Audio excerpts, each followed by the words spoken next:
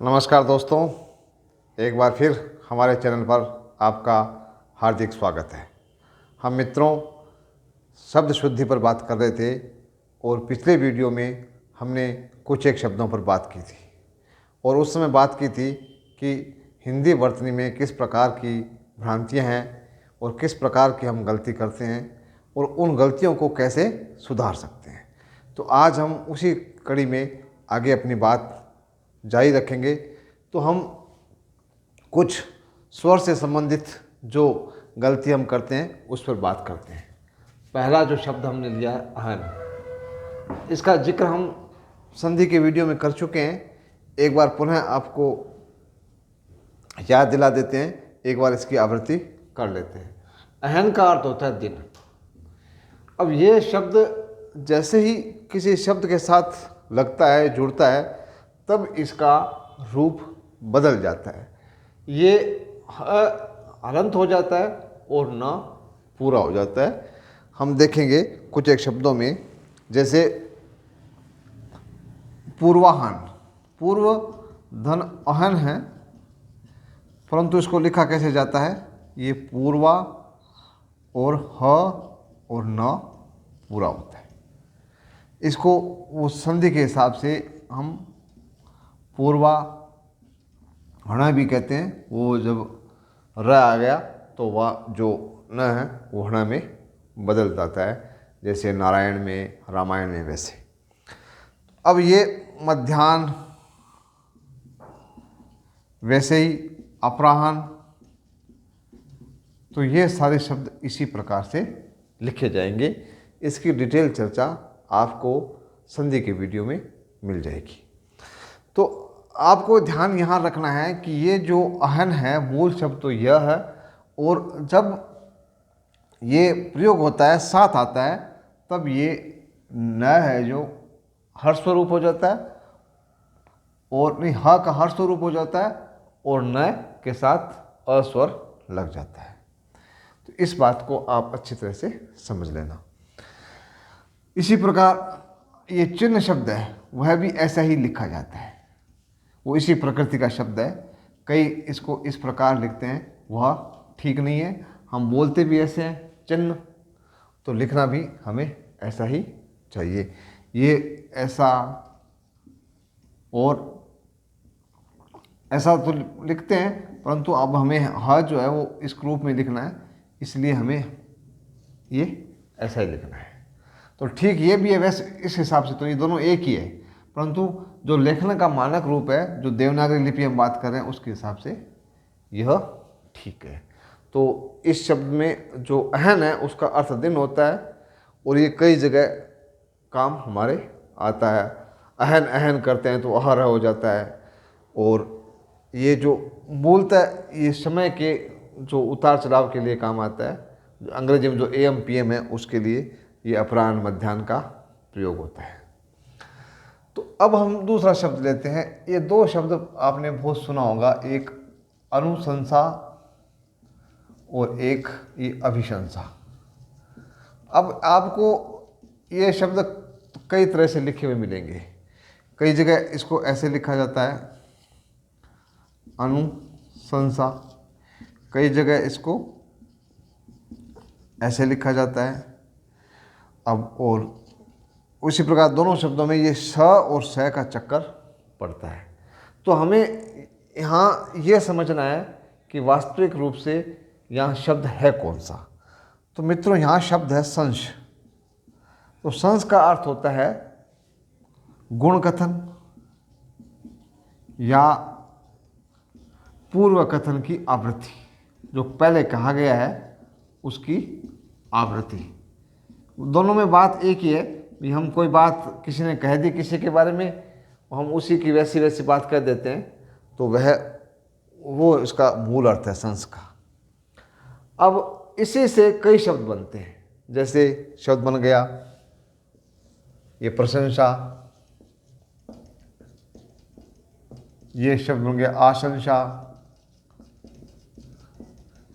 और उसी प्रकार ये जो शुभाशंसा शब्द बनता है वो भी इसी से बनता है, शुभ धन आशंसा।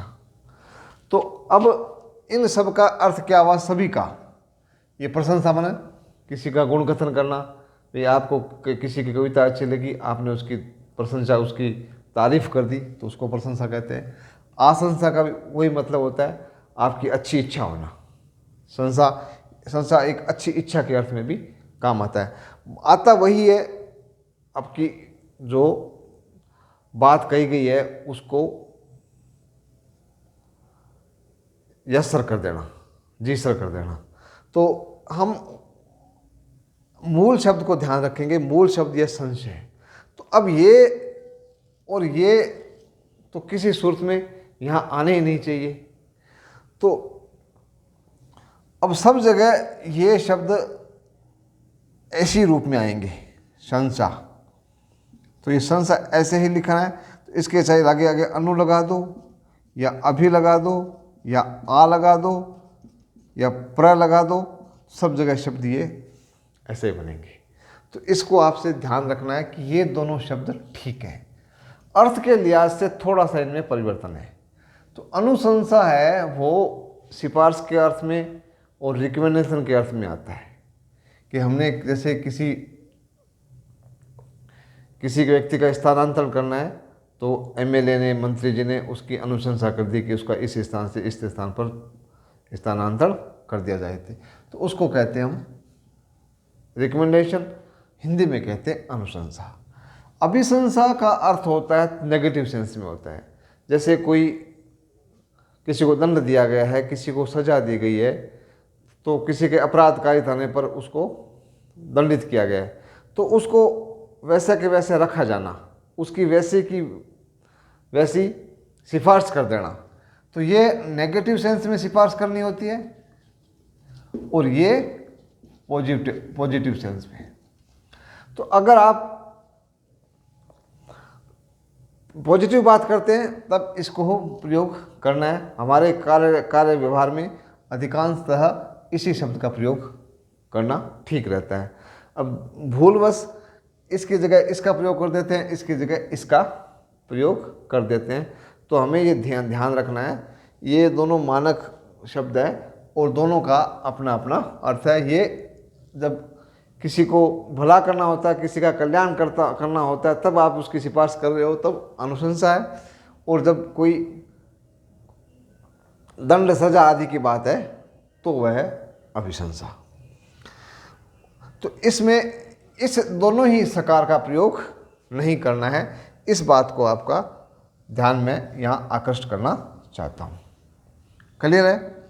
अब हम आगे दूसरी बात करते हैं। एक शब्द और है जो है अक्षी।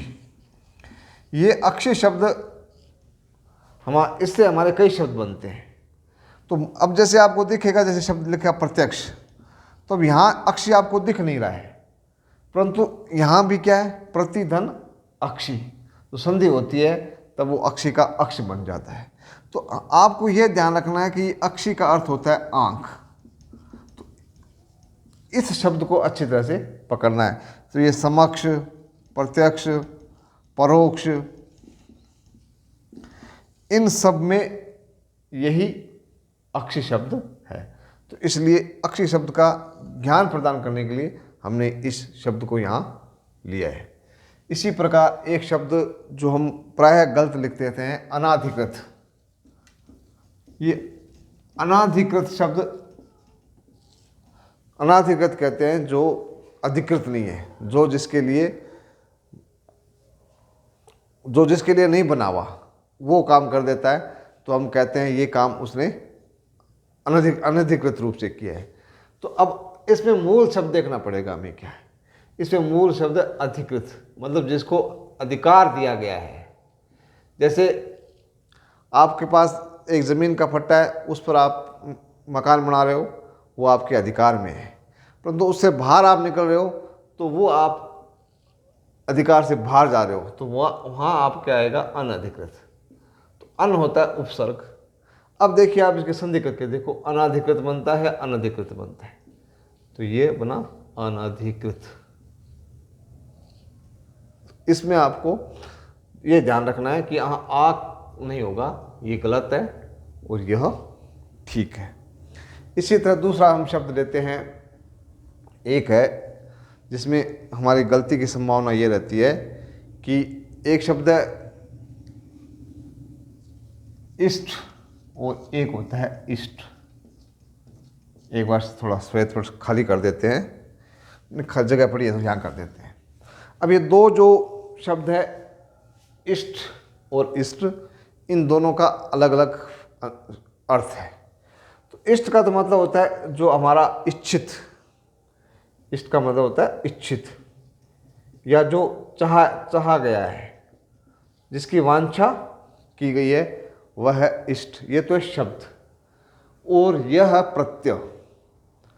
तो इन दोनों में आपको ये देखना है कि जहाँ शब्द है वहाँ तो ट आएगा और जहाँ प्रत्यय लगा हुआ है वहाँ ठ आएगा। जैसे अनिष्ट है, ये अन धन इष्ट। जैसे कोई बुरा काम हो गया, किसी का कत्ल हो गया, तो हम कहते हैं अनिष्ट हो गया। तो अ ये नी छोटा हो जाएगा, अर्श पे मात्रा हो जाएगी, ये शब्द बन गया अनिष्ट। मतलब जो नहीं चाहा गया वह हो गया। उसी प्रकार यथेष्ट,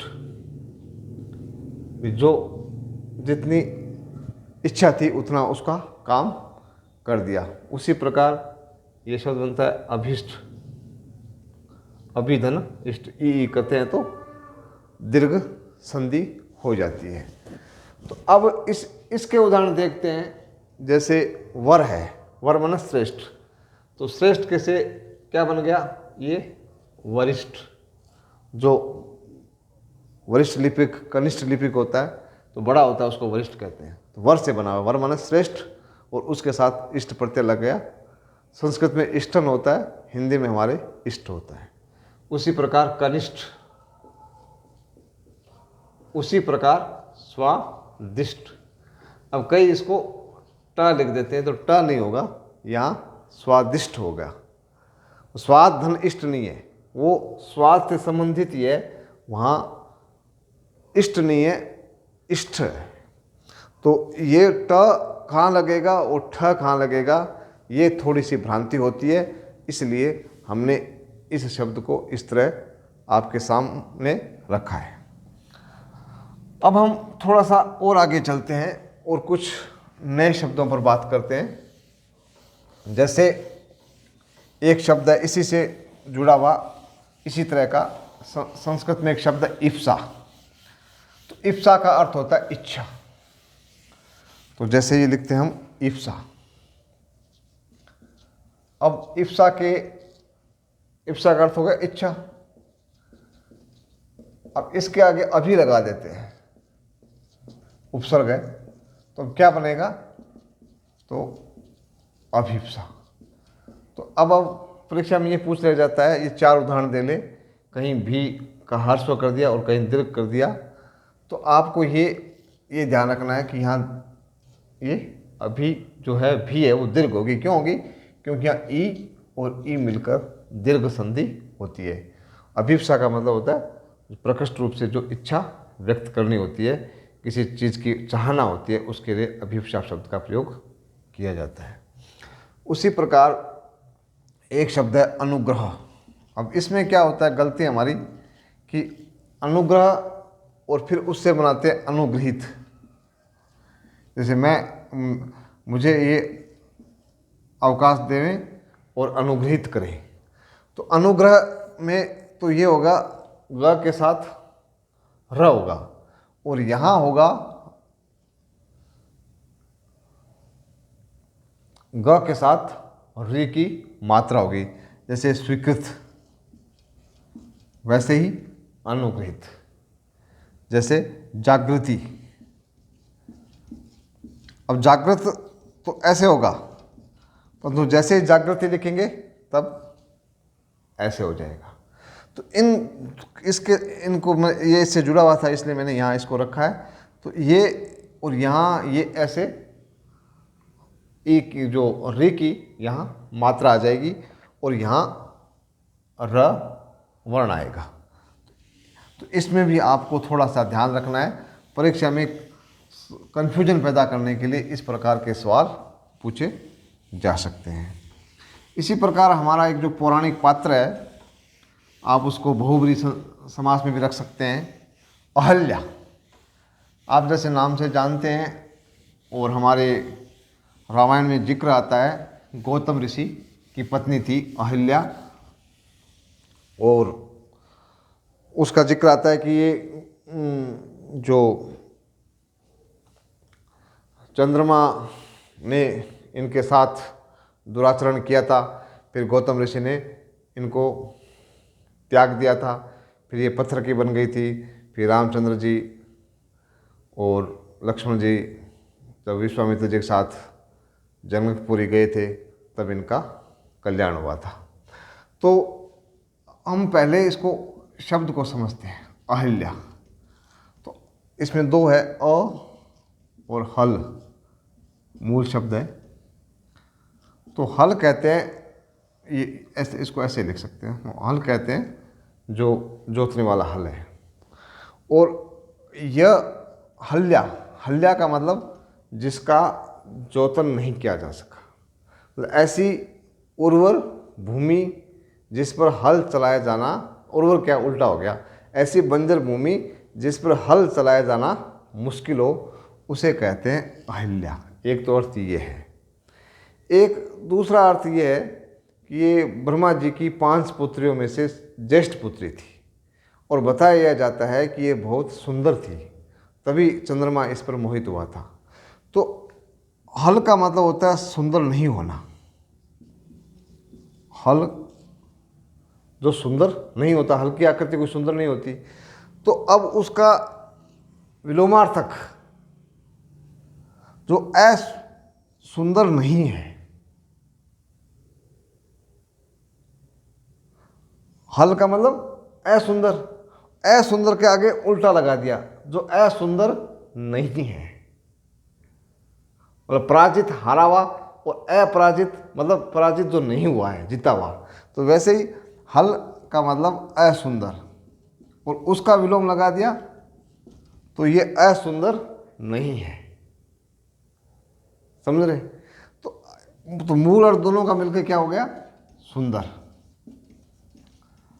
तो अब ये एक गौतम ऋषि पत्नी के लिए रूढ़ शब्द हो गया, इसलिए हम कह सकते हैं कि इसमें बहुब्रीहि समास है। तो दो अर्थ है इसके।